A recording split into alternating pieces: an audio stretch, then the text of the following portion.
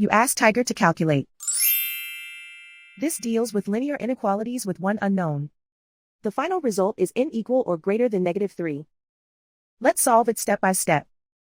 Isolate the n. Divide both sides by 9.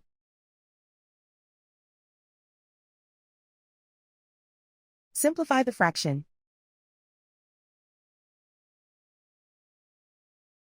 Find the greatest common factor of the numerator and denominator.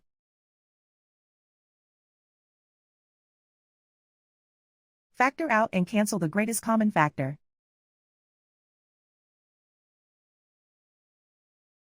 Plot the solution on a coordinate grid. And so the final result is n equal or greater than -3.